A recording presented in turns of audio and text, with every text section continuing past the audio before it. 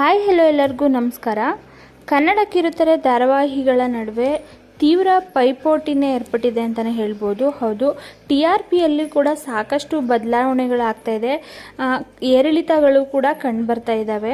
ಹಾಗೆ ಈ ವಾರದಲ್ಲಿ ಟಾಪ್ 10ನೇ ಸ್ಥಾನದಲ್ಲಿ ಅಂದರೆ ಟಾಪ್ 10 ಸೀರಿಯಲ್ಗಳು ಯಾವ್ಯಾವಿದೆ ಅಂತ ತಿಳ್ಕೊಂಡು ಬರೋಣ ಬನ್ನಿ. ಅಂದರೆ ಈಗ ಸದ್ಯಕ್ಕೆ ಕನ್ನಡ ಕಿರುತೆರೆಯಲ್ಲಿ ಹೊಸ ಸೀರಿಯಲ್ಗಳು ಬರ್ತಾನೆ ಇವೆ, ನೋಡ್ತಾನೆ ಇದ್ದೀವಿ ನಾವು. ಹಾಗೆ ಅದ್ರ ಮಧ್ಯ ಕೂಡ ಇವಾಗ ಯಾವ್ಯಾವ ಧಾರಾವಾಹಿ ಯಾವ್ಯಾವ ಸ್ಥಾನದಲ್ಲಿದೆ ಅಂತ ನೋಡೋಣ ಬನ್ನಿ. ಮೊದಲಿಗೆ ಪುಟ್ಟಕ್ಕನ ಮಕ್ಕಳು.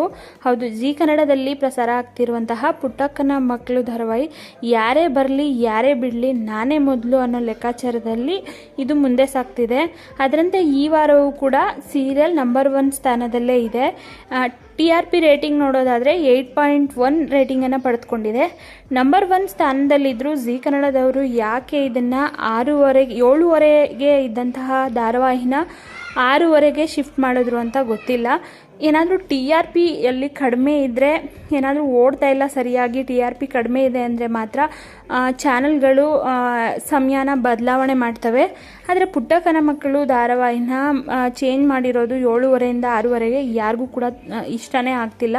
ಆ ಟೈಮಲ್ಲಿ ನೋಡೋದಕ್ಕಾಗಲ್ಲ ಅಂತ ಎಲ್ಲರ ಕಂಪ್ಲೇಂಟ್ ಕೂಡ. ಹೌದು, ಹಾಗೆ 2ನೇ ಸ್ಥಾನದಲ್ಲಿ ಲಕ್ಷ್ಮೀ ನಿವಾಸ ಧಾರಾವಾಹಿ ಇರುವಂಥದ್ದು.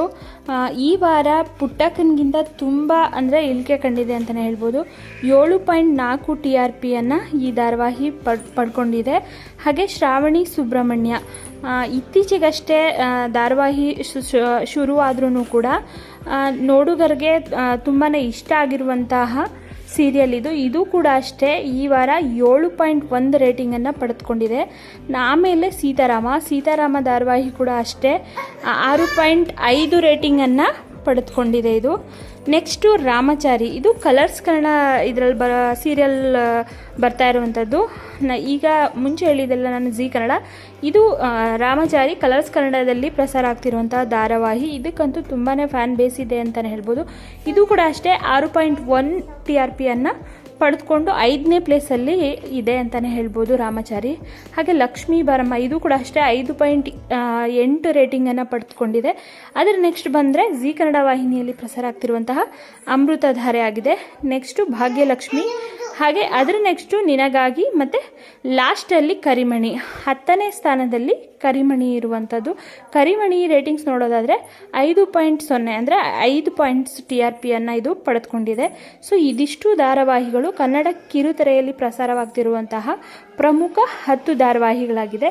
ಸೊ ಇದೇ ಥರದ ಅಪ್ಡೇಟ್ಸ್ಗಳಿಗಾಗಿ ಯಾರೆಲ್ಲ ನನ್ನ ಚಾನಲ್ನ ಫಸ್ಟ್ ಟೈಮ್ ನೋಡ್ತಿದ್ದೀರೋ ದಯವಿಟ್ಟು ಸಬ್ಸ್ಕ್ರೈಬ್ ಮಾಡ್ಕೊಂಡು ನೋಡಿ ಅಂತ ಹೇಳ್ತಾ ವಿಡಿಯೋ ನೋಡಿದ್ದಕ್ಕಾಗಿ ಥ್ಯಾಂಕ್ ಯು ಸೋ ಮಚ್.